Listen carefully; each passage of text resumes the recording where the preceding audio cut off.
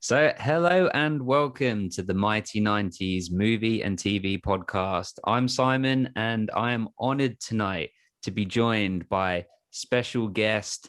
You know him as Doughboy from Boys in the Hood, as the bully from Three Ninjas, and now as everybody's favorite chef, Baha Jackson. Baha, thank you so much and welcome to the podcast. Oh, thank you for having me. It's an absolute pleasure. I mean, to take it all the way back, how did you first get into acting? Like, was it something you was doing in school, and then, were doing like school plays and things, or how did it originate? Uh, yeah, everybody's done a school play before, but particularly Boys in the Hood was being cast not too far from the neighborhood where I grew up. And some people who were involved with the production just so happened to hear that they were having trouble casting the role of Doughboy. And they had asked this person if they knew anybody. And they basically was like, oh, well, that's Baha, you guys should take Baha down there.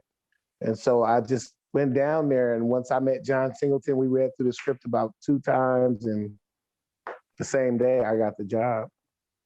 Wow. And you're so perfect in that role. I mean, like the scene with trying to get Ricky his ball back.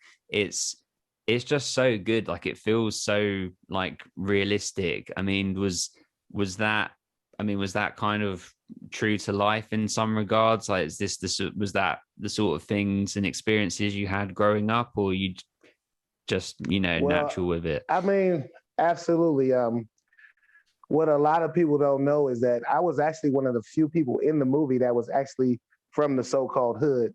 The movie was filmed in the neighborhood where I grew up. I literally would walk to the set. It was just like a block away.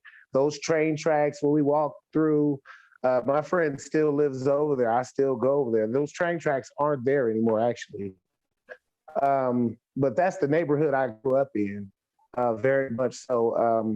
All my life I've lived over there. So my older brother probably was a little more Doughboy-esque than I was, but I mean, we definitely went through, the everyday struggles of, growing up in the hood or whatever. Um, yeah, so it was kind of true to life. That's why it came natural to me. But, there was also some acting that I did learn how to do during the process. Well, and it's such an iconic movie, to this day, so iconic. And the cast as well. I mean, Lawrence Fishburne, Cuba Gooding Jr., Ice Right. Cube. I mean, did you get to spend much time with those guys, like on set? I mean, did you have any good memories and experiences with them? Oh, absolutely. As I said, I literally lived in the neighborhood where they were filming. So on most of the shoots, even if I wasn't in the scene, I was probably there. So, um, and another unique thing about that set was, I didn't know this at the time, but it was really like a family, really tight knit.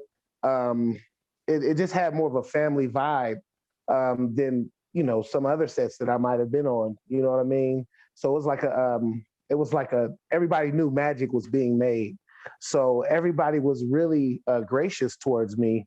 Lawrence Fishburne, Angela Bassett, everybody. I don't think I didn't have a bad experience with anyone on that set. And actually, I remember it to being really kind of, I mean, it was a loving atmosphere, but it was, like I said, you kind of felt that magic was being made. And then if you do look back and you say, wow, this person was in that movie, that person was in that movie, that person, or this person was the director of photography to the makeup artist, everybody has pretty much done pretty well for themselves after that movie. It was like a melting pot of iconic Black actors. So yeah. And it holds up to this day. I just watched it today, and it's still amazing. It's just a fantastic movie. I mean, once you finish on the movie and so go back to regular life, did you feel like things had changed? You know that you're now infamous as Doughboy from Boys in the Hood. Um, Yes and no. I come from a large family, so everybody was definitely proud of me, but I don't know. It was hard for me to get used to say I was a celebrity or something. I think I'm more comfortable with it now than ever. Like, because people still approach me like, "Hey, that's you," or "Can I take a picture with you or whatever." Back then, I was kind of, I was just a young kid. I didn't have real Hollywood guidance like that. You know what I mean? I just had the guidance of, my grandmother and my brothers and my aunts and uncles. You know what I mean? Who were just regular people. Great family. So I don't know. Things did change though, absolutely, because people, some people were nicer to me. I did have a little bit of money, so I was always into gadgets and Game Boy and Nintendo, and I had all of that. Um, but also, I felt like some people changed because, or not even changed. People just expected a certain thing out of you, and like I said, I didn't have Hollywood training, which is, a lot of child actors are actually trained for stardom. I wasn't. I was just like literally fresh out the hood. You know what I mean? So, you know, I did the best I could to be myself, and I think that pretty much all the roles that I ever got were of me just being comfortable enough to be myself, knowing that that's what the people wanted. Yeah, and I mean, it must be a lot to go through at such a young age, to have that sort of like pressure of like, I mean, even for an adult, that's like a lot, to suddenly be known to people, and like you said, people potentially, wanting things out of you and whatever. So I mean, that's kind of a crazy experience. I often talk to people about props on here. Did you get to keep any of like props or clothing or anything that you've like treasured from that? Well, I did keep something I wasn't supposed to keep. So I'm not sure if you know. There's in the movie. I guess Trey was a comic book collector. So in real life, I was an avid comic book collector, and so was John Singleton. Um, so we kind of really bonded over that. But weirdly enough, all the comics in the movie were rented, but some of them were really good comics. So I do have a few of those. I do have a few of those I've managed to keep throughout the years. But yeah, most of it is just really good memories of just, it was just like I said, it was magical every day going to the set. And it kind of spoiled me about being on sets, because not all movie sets are like that. You know what I mean? They're really about business. You know what I mean? So, but yeah, so that's what I did walk away with: comic books and memories, and, meeting good people. That's awesome. What more could you ask for? That's Right, perfect. right. Yeah, yeah. Well, you then you go on after Boys in the Hood, and you play the bully, the main like antagonist, I guess, in the Three Ninjas movie. Now, this movie in particular was like massive to me as a kid. It was like like the movie that you like travel around with from school, like the VHS cassette tape, because you want to be able to Right. watch it at whatever opportunity you can. And that was my movie for me when I was a kid. And you're like, yeah, like the main like villain, so to speak, I The guess. So, child villain, yes. I mean, how did that role come about? So that role was through the agency. They, got me to audition. I did go on a lot of auditions, but like I said, I could only find myself in a certain zone at certain times. And that particular day um, was it was like the second audition, but I was coming from the funeral of a family member, an older family member, and after coming from a Black funeral, it's kind of, you're in a weird position because it's a sad thing, but it's like a family reunion. So, you feel happy that you saw all these people, but you kind of feel sad the person died. So it just puts you in a weird place. So when they were like, you have to go to this audition, I'm like, okay, whatever. But I was just comfortable, So I went in there, and it was a panel of people. And I think the director was there too, John Turtletaub. And they were just asking me all these questions, and I was just answering them. and I just read the thing, and like I pretty much got it that day. But that was my first. That was the first movie I did that was like on some, not that the other movies weren't professional, but like for Boys in the Hood, like I said, it was a different type of feeling. And then I filmed Three Ninjas around the same time I filmed Poetic Justice. So I was in that too. And you know, on the set of Poetic Justice, I was like a little prince, you know what I'm saying? Because I was John's little dude, you know what I'm saying? I was Doughboy from Boyz in the Hood. Like, I had it good. So, you know what I mean? I had kind of more leeway. I would eat like with Janet Jackson in the trailer for lunch. And, you know, me and John are going video game shopping. You know, I, you know, got to meet Tupac.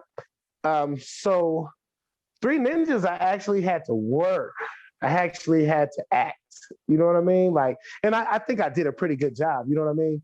But they were serious. Like, they were serious about the business of getting that movie done. Now, what I can say is I had a really good time. It was way in the valley of California. It was on the outskirts.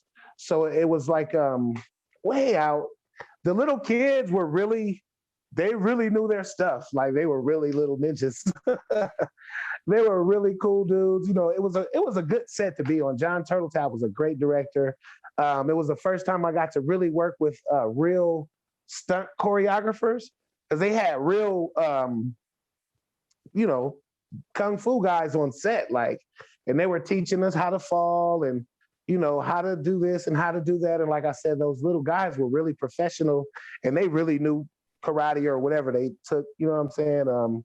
Yeah, it was a really good experience. But that was like the one movie where I kind of dropped the ball professionally, because I, you know, I didn't live close to the set at all, but, you know, I was required to be there at a certain time. And one day I was actually late, and they were super angry about it. The producers, not the direct, because, you know, there's the business people, and then there's the actual people that are working with you. But yeah, they had to talk to me about that. And that, I think, really kind of probably affected my career in some way. You know what I mean? I did go on to do, I did Mr. Jones. There was a TV show, Rhythm and Blues. And then there were a couple independent projects. But yeah, so that was my first professional movie that I did besides. And then after that, I did Mr. Jones, but it was like a smaller part. You know what I mean? I actually almost was in Mighty Ducks 2. Like, I got to the, you know, that's crazy. That would have really solidified me. I think Keenan ended up being the role. But I got all the way to the, like, they were filming different combinations and stuff of people. So yeah, but yeah, it was a really good experience. And Three Ninjas, like I said, ended up being a big movie for me, because it, you know, it was a big hit internationally. You know what I mean? Like, I would literally go to, you know, different places in California, and all these foreign people that didn't even speak English would come and mob me, and, you know, and then there were two different versions of the movie. The long version, I think, where we actually get beat up at the end, and then there's a short version where we don't get beat up.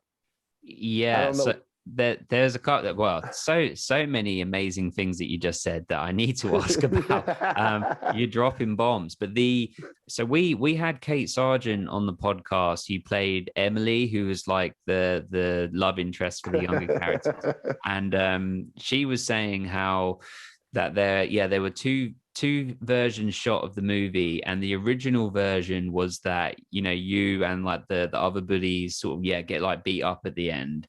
But at that time, they had the LA riots and Rodney King happened, so they didn't want it to be that, the end of the movie, you've got these three white kids, you know, beating up like the only black person in the movie. Yeah, so they switched. But I was disappointed, because we worked hard on that scene. Like, we really learned actual, you know, fight choreography, which is you know, a special thing. It's actually we had to go through a lot to do that, because, I mean, if you really want to rewind, Boyz in the Hood had none of that. It was like, and so I'm not sure if you remember the scene, the most famous scene of the train tracks. when I get the ball back. Yeah. And so we did that scene so many times. And I don't know what happened, but John was like, just, oh man, I know you can do this. And we're going to go to the mall and we're going to get a Game Boy or whatever the little system was. And he was like, so we did the scene one last time. And it looked so realistic, didn't it? So because good. he really kicked me. Like he kicked me for real. And so they're like, cut. And they're like, that seems really real. And I'm like, oh, it was real. And there's like a child welfare person on every set. And so she's like, oh my God, this is terrible. Like, he's got to take a break and go to this. But yeah, it was a real kick. It looks really real, and you like really feel for your character in that moment because he's doing a good thing. He's trying to get the ball back, and I think we can all relate in some way of like, everyone's been bullied to some extent at some point, right? As a kid, or well, maybe they haven't, but I could feel that, and it's yes. But just fast forward into Three Ninjas, I just thought that was so good that they had. It was a really professional set, I will say that. And I learned so much working on there. And like I said, the kids were really professional. They knew their karate stuff. All of the technical advisors that you just don't see that put in so much work into a movie. That was a really good experience working on that movie. And like I said, John Turteltaub, he was a real cool director. Yeah.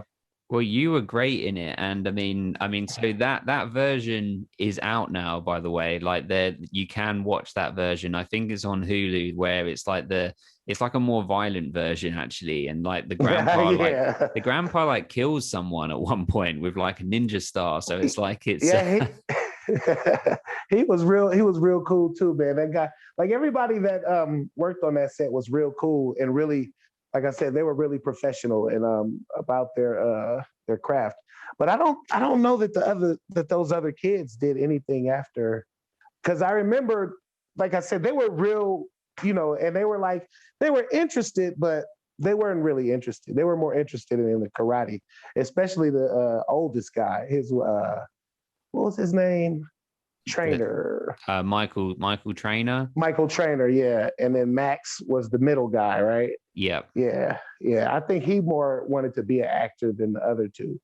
But yeah, they were real cool though. Yeah. It was a cool set to be on. Because there were just a bunch of little kids, you know what I mean? And yeah. And you get to do the basketball scene, which is like, one of the infamous scenes in that movie as well, which they switch around depending on which version that you watch. So in the original version, how they shot it, it's that you guys win, and then that's how they get like the comeuppance at the end. But because they took that part out, they re-edited it so that the Three Ninja Kids win. I mean, was that fun to shoot? I mean, did you play basketball as a kid? So like, was that, you were able to do your own like stunt, so to speak, or how did that work? Yeah, that was a really fun shoot that day. And like I said, I like the longer version better because it shows how much work we put into it. You know what I mean? Like that choreography situation is a big deal, you know what I mean? And especially for little kids to be able to get it and nail it. And yeah, the original one, like you said, the original version was a little more violent. But I mean, what karate movie isn't violent? And so yeah, we played hard and we walked away with the bikes. And yeah, I mean, yeah, I like the longer. I was very disappointed when I found out that the version being shown in the theaters was not the version that we saw at our own premiere. You know what I mean? But I guess I understood.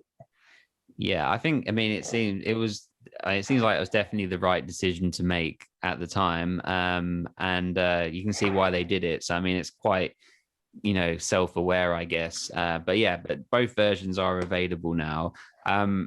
I have to ask, I mean, you just mentioned, Poetic Justice as well, which is another like iconic and infamous movie. And I mean, to spend time with Janet Jackson and to meet Tupac. I mean, what was Tupac like? Tupac was cool, man. He was just a regular person. But like I said, on the set of Poetic Justice, I was like a prince. So I really wasn't trying to I felt like I was a star, you know what I mean? And everybody treated me as such because a lot of the crew was, you know, a spillover from Boys in the Hood, you know what I mean? And so people knew me and they were proud of me to see me actually working and yada, yada, yada. So I just, I was a really big fan of Tupac, but I wasn't trying to fan out on nobody, you know what I mean? I didn't even really fan out on Janet Jackson, you know what I mean? So I did go to his trailer and meet him the first time, and it was just weird just to be in his presence. But then all the rest of the times we would just talk like, you know, regular people. He was a regular person, you know what I mean? Um, but I spent more time, I think I spent a lot of time with Janet Jackson just because she was like Janet Jackson, you know what I mean? That was a really big star. And she was like so beautiful in person. Like a lot of people you meet, they don't even look like they look. You know what I mean? But she was like way more beautiful in person than I ever could imagine. And she was real cool. So for me, being from the hood and, you know, I'm Baha Jackson, she Janet Jackson, you know what I'm saying? Like, it was real cool just to be hanging out with her, you know, eating lunch, her, you know, asking me questions, me asking her questions. So that was real cool. And then, you know, Guy Torrey, or Joe Torrey rather, um, was on there, Tyra Farrell. It was a really great set to be on. I got to meet like Heavy D and just a lot of people on that set, and everybody was real cool on that set also. Um, and so, you know, John just wrote me into that movie just, you know, because he wanted me to be in the movie. So I played Baha in the movie. Perfect. So yeah. So it was real cool. And like I said, Tupac was cool. I didn't see no crazy activity with him. He worked like when it was time to go, it was time to go. So far as working, you know what I mean? A lot of people um, are like really serious about their craft. You know what I mean? I felt like it's always come naturally to me. And I think probably for him too, but some people are a little more serious, which I probably could have been more serious, you know, hindsight is 2020. But I tend to like to do things, you know, organically. And I feel like every role that I've played, I've you know, done it correctly. You know what I mean? But yeah, Tupac was cool. Janet Jackson was real cool. Um, you know, John, you know, that was like one of the best men I ever knew. You know what I mean? We stayed in contact all the way up until, you know, until he passed. But yeah, like I said, he was a real big influence on me because he was like a nerd. You know what I mean? And I was like, we were in the comic books, video games, but he was like a boss. You know, everybody like really gravitated to him and believed in his dream and his vision. And, you know, that always amazed me how directors can just take something on paper and really make it look good, like the script, you know, like, because sometimes you'll read a script and then you'll see the movie and you'll feel like, oh, that wasn't exactly, I don't think, what the script writer had in mind. But yeah, so he was amazing, man. Amazing. It's all amazing. It's so crazy. I mean, you mentioned that you got like told off for being a bit late, and that you think that like affected your career. Do you mean that affected you, as in it affected your self-confidence, or you mean like you thought that it like put a red flag over you or something? I think that it was like probably a little bit of both, because what I didn't know at the time was that even though Hollywood is big, it's small. You know what I'm saying? If you really look at the names, like if you look at the credits, the names that matter, you'll see them a lot. You're going to see them in a lot of movies. These are people who you probably would never even think, you'll never recognize them in person, but they're like casting directors or they're executive producers or they're, you know what I mean? So I feel like, because what their bottom line was, you being late cost us money. It cost us this amount of money just to every hour we're here. So, and then there was some other things that happened that I feel like, it might have gotten me a little bit of, because I had a lot of auditions where I got almost there and then I just, you know what I'm saying? Or maybe I just wasn't good enough. So, I don't believe that. I don't believe that. But also, our past, I feel like my path has been the way it was supposed to be. You know what I mean? I found I've always done cooking, but I really learned about wanting to cook for a living, actually being on a movie set. You know what I mean? On the set of Poetic Justice, the craft service wasn't, you know what craft service is, right? Yeah, the It's just like the catering, little right? snacks and shit that they put. Yeah, yeah. But the lady that was doing the craft service on that set, she was like making hot food and, you know, all kind of stuff. So I became really good friends with her and her son. And I saw that they were making a lot of money. And of course, one of my favorite things on the set was the lunch truck. You know, I could go up there and just order whatever I want. You know what I'm saying? So I started to cook with them, and then I started to do catering. And then, you know, in the mid range of a lot of child stars, the mid range of, I'm saying, from like 15 to 20 something, you kind of go through a transition period anyway. So, you know, I went through some things, but me being in the movies has always helped me out in life, period. You know what I mean? Just because it was the movies that I was in were so iconic, I definitely got favor over the years because of, you know what I mean? Even in the hood, like I'm from the hood, you know what I mean? So I've been in some sticky situations where it probably would have been much worse if I wasn't Doughboy from Boyz in the Hood, you know what I mean? So I definitely done got some hood passes because of it.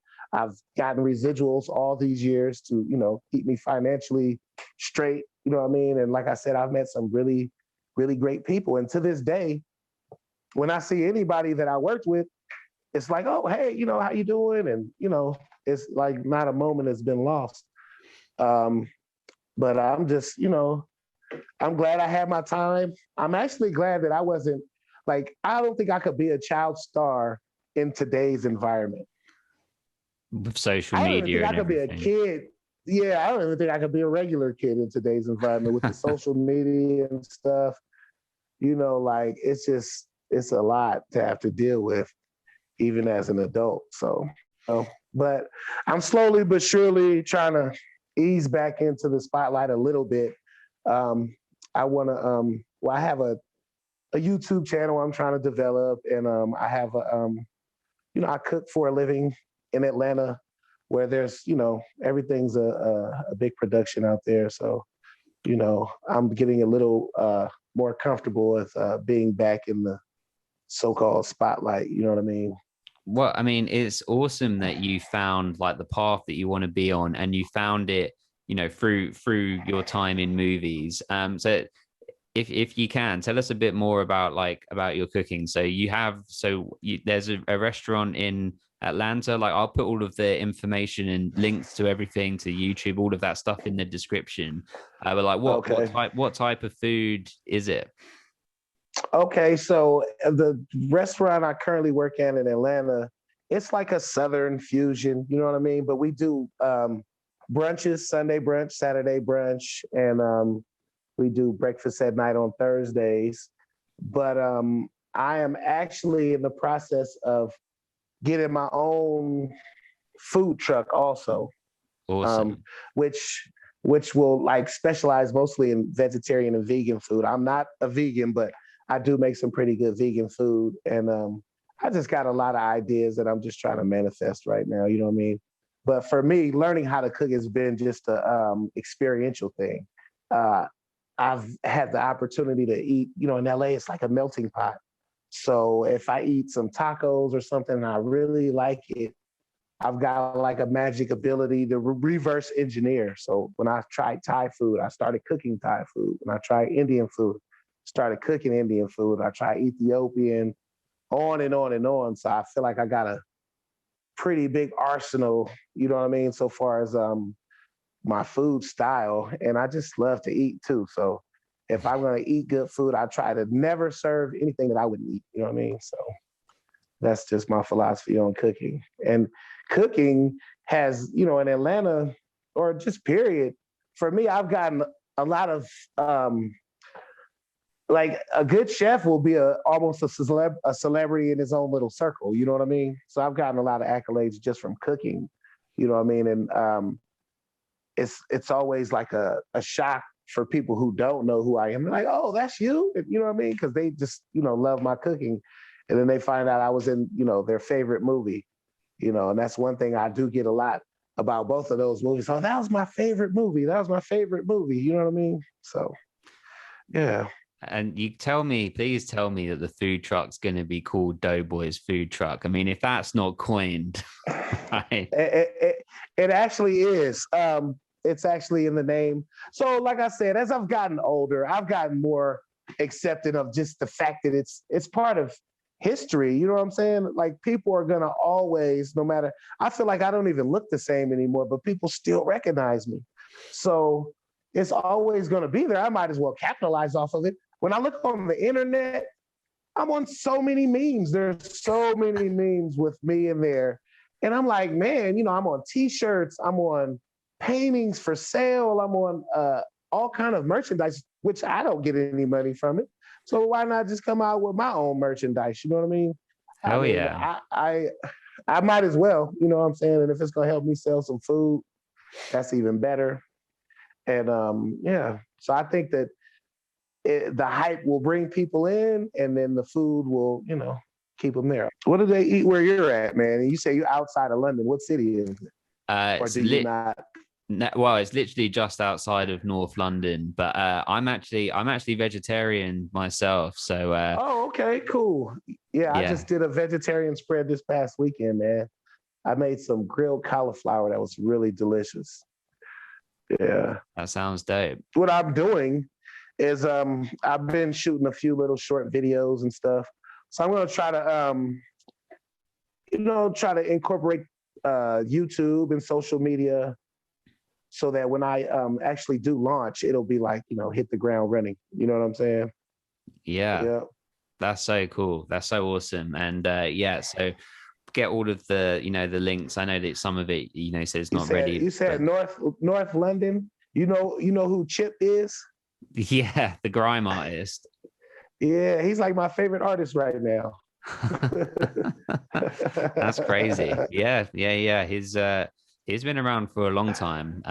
Yeah, he's lyrically sound, boy. I rate him. That's awesome. And Atlanta is the home of so much great hip hop. So that's good coming from there. Yeah, it is. I feel like what he does is he kind of sticks to being a hip hop artist. So he's really focused on rhymes and concepts and stuff like that. He's not just rapping about, I feel like this drill movement has kind of been too much because it's like people this is the stuff we're putting in the air. You know what I mean? Right. Like I don't even feel like we need any more hood movies anymore. Like we don't even need it anymore. Like we know that it's bad in the hood. We know this stuff goes on. Let's try to rethink where we're going. You know what I mean? But that's just my humble opinion. Yeah, like more positive sort of perspectives on it. Right. Yeah, like I don't know. I just feel like we can make movies about another form of experience for the urban set. You know what I mean? For sure. This has been an absolute pleasure to talk with you. So grateful for your time. All of the links will be below. So please, everybody, support Baha on everything that you're going on, to do. Sincerely grateful for all of the work that you did. I'm like now really upset that you weren't in Mighty Ducks 2. That would have been awesome. I'm upset too.